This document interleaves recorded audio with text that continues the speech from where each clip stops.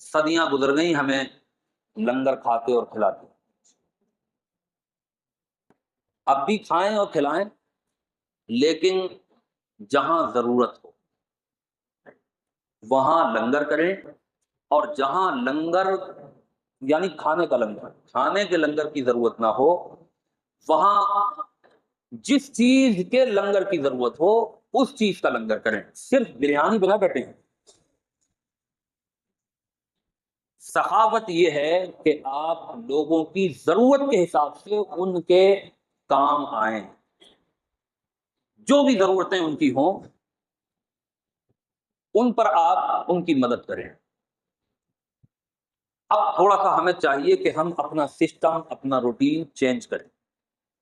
کب تک حلوے اور بریانی کھا کھا کے پیٹ بڑھاتے رہیں گے؟ قوم کی ضرورتیں، وقت کی ضرورتیں، ان پر نظر رکھیں۔ مقصد ہمارا ایصال ثواب ہے، چاہے وہ 11ویں ہو، چاہے وہ 12ویں ہو، چاہے وہ کنڈے ہو یا شب برات کا حلوہ ہو۔ مقصد کیا ہے؟ صرف پیٹ بھرنا تو مقصد نہیں۔ تعلیم کی طرف غور کریں۔ میرا آپ کو مشورہ ہے کہ جو لمبی نیازیں کرتے ہیں وہ اس بار بھلے ہی نیاز نہ کریں، لیکن آپ اپنے سماج میں، اپنے قرب و جوار میں دیکھیے، سینکڑوں بیوہ عورتیں ایسی ہیں کہ جن کے سروں پر ان کے شوہروں کے سائے نہیں ہیں۔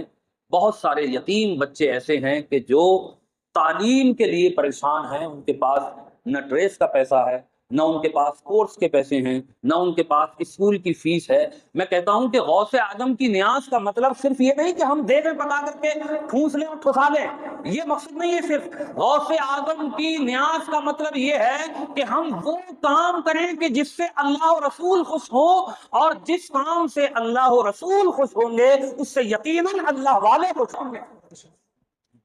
تو ضروری نہیں ہے کہ ہم 50,000 روپے کی نیاز میں کیا نام جو ہے وہ بریانی ہی پکائیں تو غوث اعظم کی بارگاہ میں وہ قبول ہوگی، اللہ کی بارگاہ میں وہ قبول ہوگی۔ میں کہتا ہوں کہ اس بریانی سے کہیں زیادہ کیا نام جو ہے وہ، اگر آپ ایک دیگ کی بجائے اگر 1 کلو بریانی بنا کر کے فاتحہ کر لیں گے تب بھی جو ہے وہ نیاز ہو گئی، 11ویں شریف ہو گئی۔ اور باقی پیسہ اگر آپ بچا کر کے کسی یتیم بچے کی پڑھائی کی ذمہ داری اگر اپنے سر لے لیں کہ بھائی کتنی فیس ہوگی، ایک بچہ میں سمجھتا ہوں کہ پہلے کلاس سے لے کر کے اور 8ویں کلاس تک 500-700 روپے کی فیس ہوگی مہینے کی، تو 12 مہینے میں اگر 500 روپے کا حساب جوڑیں گے تو آپ 6,000 روپے تو بن جائیں۔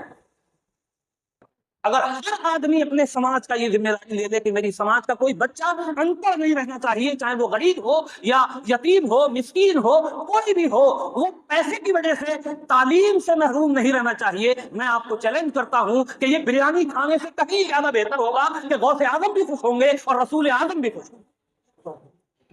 ایک ایسا سماج کے جس کے یہاں تعلیم کے لیے بچے پریشان ہوتے ہوں، ڈریس کے لیے پریشان ہوتے ہوں۔ ابھی میرے یہاں پر میں آپ کو بتاؤں، میں تو دیکھو آپ کوئی بھی بات کرتا ہوں تو پہلے تجربہ کرتا ہوں۔